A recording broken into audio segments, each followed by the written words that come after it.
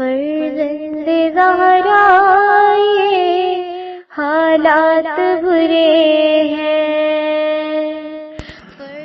کاشانۂ بصیرت ایک ایسا مکمل یوٹیوب چینل جس پر محروم بصارت کے لیے بالخصوص اور تمام افراد کے لیے بالعموم سینکڑوں کی تعداد میں اسلامی کتب دستیاب ہیں۔ لہذا گزارش ہے کہ آپ اپنی ذمہ داری نبھاتے ہوئے کاشانۂ بصیرت کو سبسکرائب کرنے کے ساتھ ساتھ بیل آئیکن کو پریس کیجیے تاکہ آپ علم کے حصول کے ساتھ ساتھ مذہب اہل بیت کی اشاعت میں بھی اہم کردار ادا کرتے رہیں۔ کاشانۂ بصیرت، کاشانۂ بصیرت، کاشانۂ بصیرت۔ فرزند زہرا یہ حالات برے ہیں۔ اعوذ باللہ من الشیطان الرجیم، بسم اللہ الرحمن الرحیم۔ کاشانۂ بصیرت کے قابل احترام سامعین کرام، السلام علیکم ورحمۃ اللہ وبرکاتہ۔ پند تاریخ جلد نمبر 3 کی ریڈنگ کے اس 5ویں حصے کے ساتھ آپ کی خدمت میں زہرا علی حاضر ہوں۔ یہ کتاب کاشانۂ بصیرت کی جانب سے ریکارڈ کی جا رہی ہے۔ ہم باب پنجم پہ پہنچ چکے ہیں جس کا عنوان ہے عزت نفس۔ سب سے پہلے آپ کے سامنے فہرست بیان کرتے ہیں۔ محمد زید علوی کی بلند ہمتی 116، سید رضی کی بے نیازی 117، دیانت داری کی داستان ملاحظہ فرمائیں 119، دین ہمیں کیا سبق دیتا ہے 121، نعمان بن بشیر کی بلند ہمتی 122، شاعر آل محمد کمیت کی بلند ہمتی 123، ایک باعظمت اور خوش عقیدہ خاتون 125، جس نے پیغمبر سے مالی مدد کی درخواست نہ کی 129، چند روایات 131۔ اب ہم آپ کے سامنے اس پارٹ کی مکمل ریڈنگ پیش کرتے ہیں۔ پیج نمبر 116، باب پنجم، بسم اللہ الرحمن الرحیم، عزت نفس۔ پہلا واقعہ، محمد زید علوی کی بلند ہمتی۔ محمد بن زید بن اسماعیل سید حسن داعی کبیر کے بھائی تھے اور بھائی کی وفات کے بعد 271 ہجری میں ان کے جانشین ہوئے اور 16 برس تک انہوں نے حکومت کی۔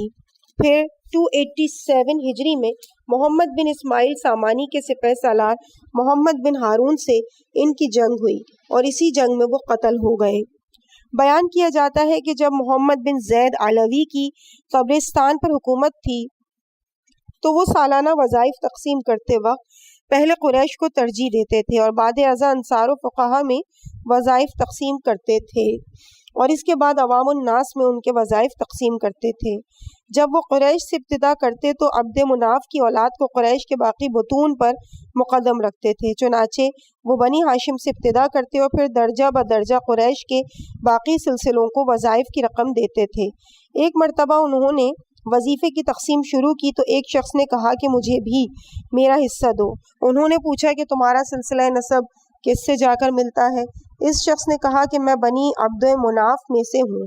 انہوں نے پھر پوچھا بنی عبد مناف کی کس شاخ سے تمہارا تعلق ہے؟ تو اس نے جواب دینے کی بجائے خاموشی اختیار کی۔ اہل دربار نے کہا پھر یہ شخص یقیناً یزید بن معاویہ کی اولاد میں سے ہوگا۔ جب اس سے دریافت کیا گیا تو اس نے اقرار کیا کہ وہ واقعی یزید کی نسل سے ہے۔ دربار میں چند نوجوان اس کو قتل کرنے کے لیے اٹھے۔ محمد بن زید نے آواز دے کر کہا کہ اسے قتل نہ کرو، اس کے قتل سے امام حسین علیہ السلام کے خون کا قصاص پورا نہیں ہوگا۔ علاوہ ازیں اسے اللہ نے نسل یزید سے پیدا کیا ہے، اس میں اس کا کوئی قصور اور ارادہ شامل نہیں تھا۔ میری نظر میں نسل یزید ہونا جرم نہیں بلکہ یزیدی ہونا جرم ہے۔ سید علوی نے اس شخص کو وظیفہ دیا اور 2 آدمیوں کو بلا کے کہا کہ اے لوگوں اسے امن سے اس کے وطن تک پہنچا دیں۔ اگلا واقعہ، سید رضی کی بے نیازی۔ ابو اسحاق کاتب کہتا ہے کہ میں ایک دن وزیر ابو محمد محلبی کے پاس بیٹھا تھا کہ دربان نے اطلاع دی کہ سید رضی ملنے کے لیے آئے ہوئے ہیں۔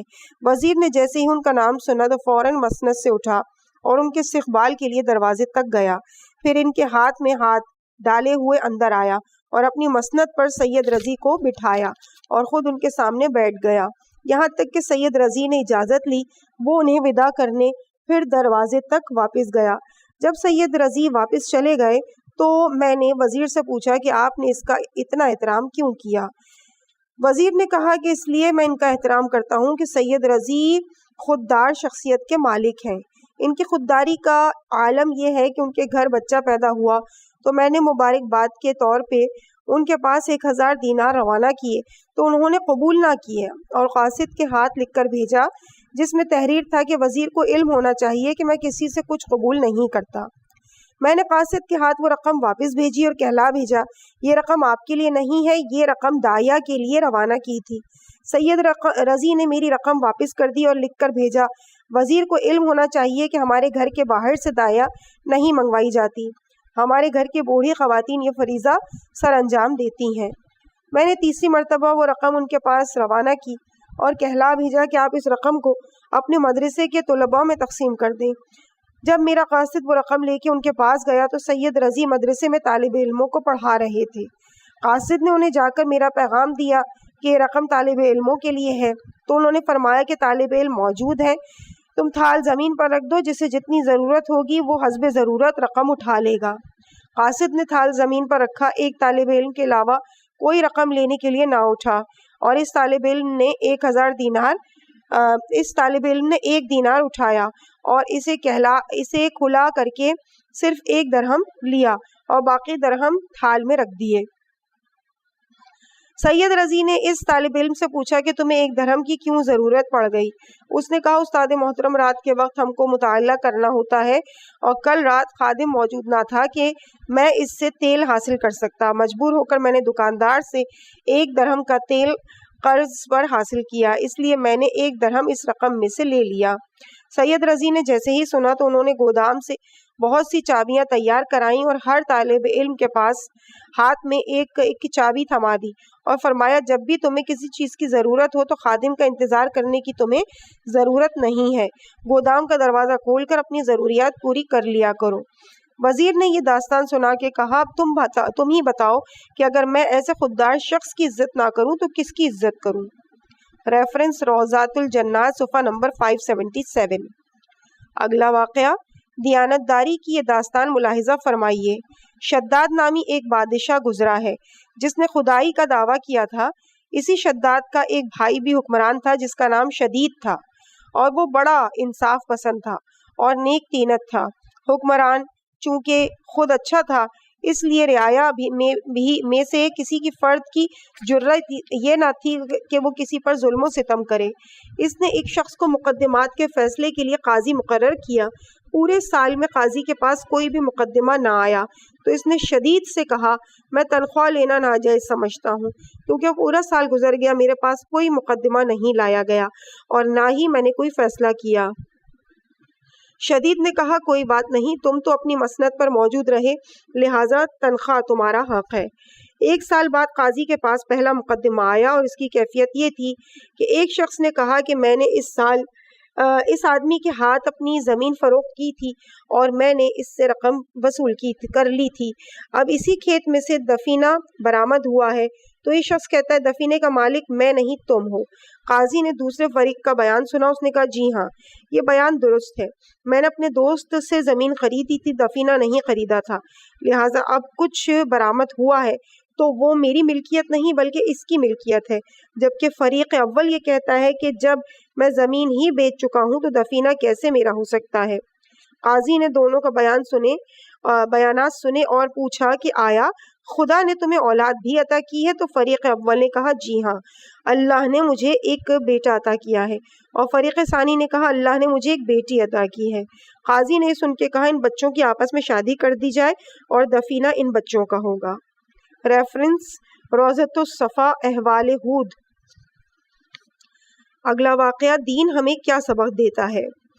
شیخ صدوق علل الشرائع میں علی ابن ابراہیم سے روایت کرتے ہیں کہ ابن ابی عمیر دولت مند شخص تھے اور وہ کپڑے کے تاجر تھے. اتفاق سے ان کا کاروبار ختم ہو گیا اور وہ کوڑی کوڑی کے محتاج ہو گئے.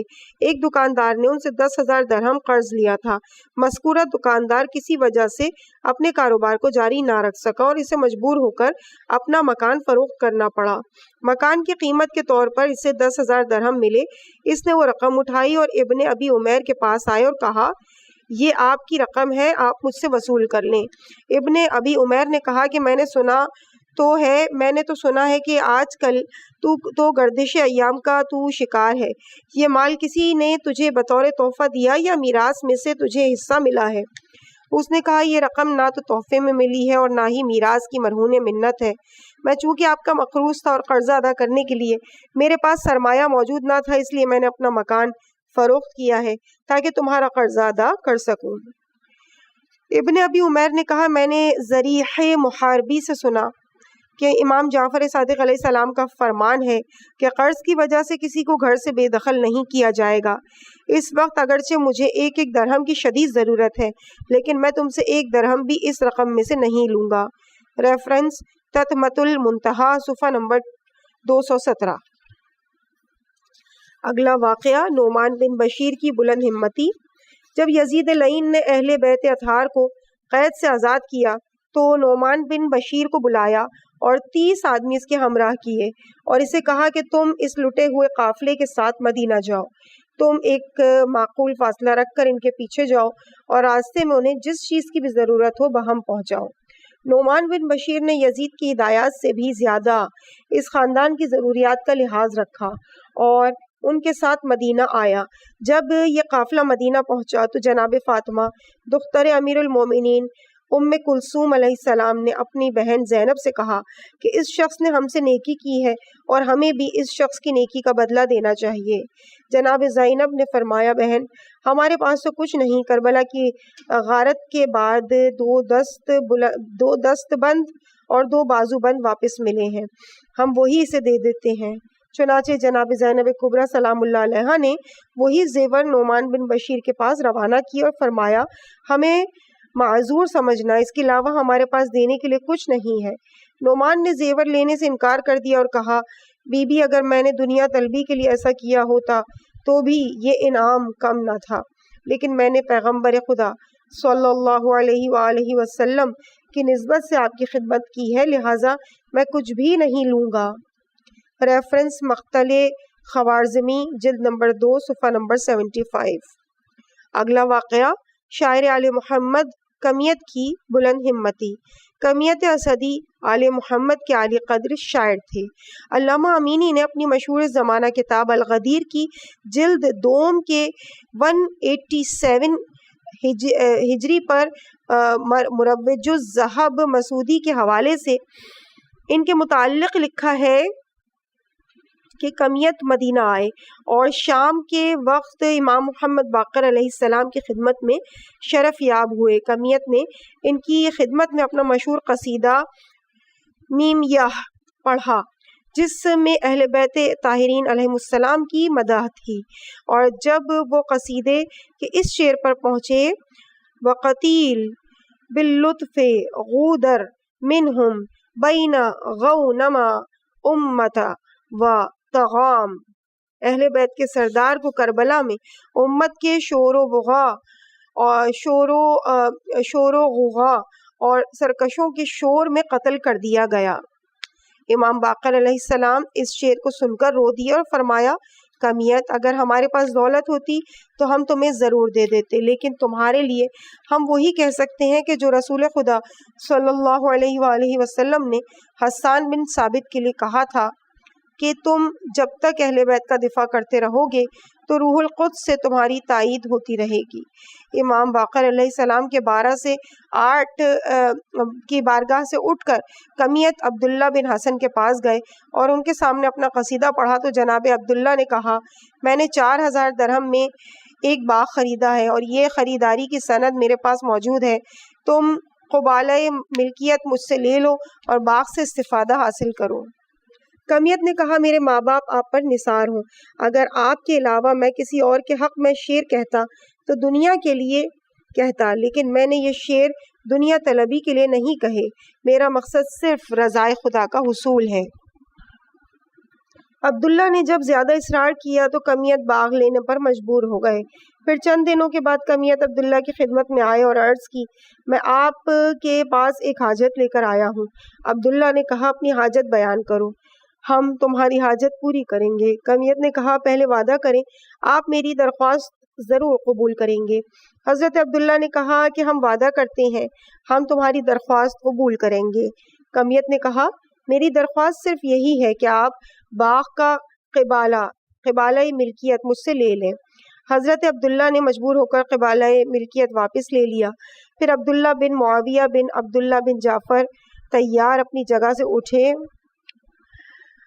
اور انہوں نے ایک چادر لی اور اس کے چاروں اطراف ان کے بیٹوں نے پکڑے ہوئے تھے۔ وہ بنی ہاشم میں سے فردن فردن ایک ایک دروازے پر گئے اور کہا کہ گروہ بنی ہاشم، جب لوگوں نے تمہارے فضائل و مناقب چھپائے تو کمیت نے تمہارے فضائل و مناقب اشعار کے رنگ میں دنیا کے سامنے پھیلائے اور اپنے جسم کو بنی امیہ کی تلواروں کے سامنے پیش کیا، لہٰذا تم سے جتنا بھی ممکن ہو اسے انعام دو۔ بنی ہاشم کے مردوں سے انعام لینے کے بعد عبداللہ بن معاویہ مستورات کے پاس گئے اور ان سے بھی کمیت کو انعام دینے کی درخواست کی۔ مستورات بنی ہاشم نے اپنے زیورات اس چادر میں ڈالے۔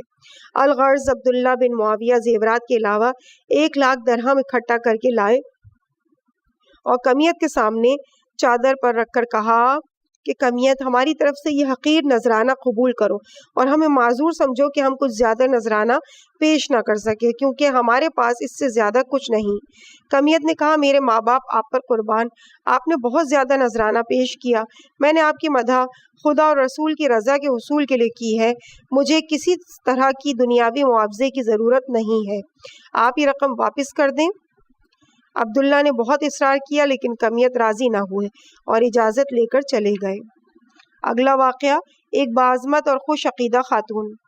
بشار مکاری کہتے ہیں کہ میں کوفہ میں امام صادق علیہ السلام کی خدمت میں حاضر ہوا۔ اس وقت آپ کھجوریں کھا رہے تھے۔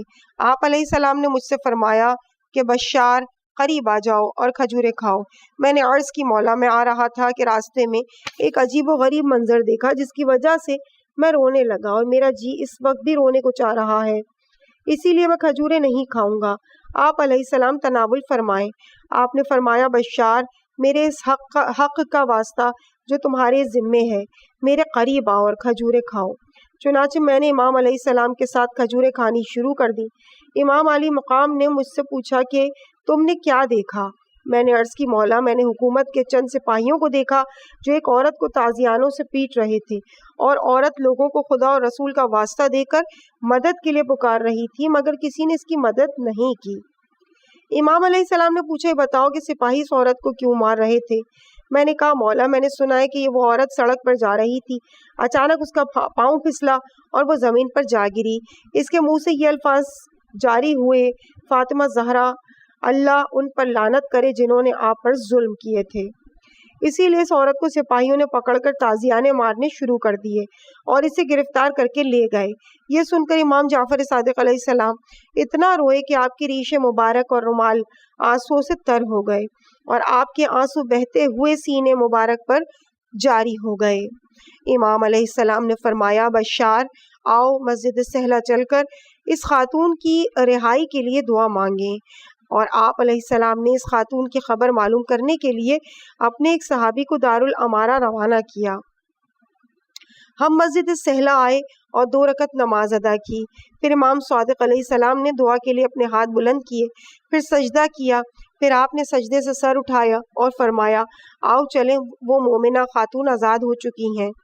ہم مسجد سہلہ سے واپس آ رہے تھے کہ راستے میں امام عالی مقام کا وہ صحابی ہمیں ملا جسے آپ نے اس خاتون کی خبر معلوم کرنے کے لیے بھیجا تھا۔ امام علیہ السلام نے مومنہ خاتون کے متعلق پوچھا تو اس نے بتایا کہ اسے کس طرح سے رہائی ملی۔ صحابی نے عرض کی، مولا، میں وہاں موجود تھا جب اس خاتون کو دربار میں پیش کیا گیا تو اس بی بی سے حاکم نے پوچھا کہ تم نے کیا کہا تھا؟ اس خاتون نے جواب دیا کہ میں راہ چلتی گر پڑی اور میں نے یہ الفاظ کہے تھے کہ فاطمہ زہرا سلام اللہ علیہ کے ظالموں پر اللہ کی لعنت ہو، اس کے علاوہ میرا کوئی جرم نہیں، تمہارے سپاہی مجھے تازیانے مارتے ہوئے یہاں تک لے آئے ہیں۔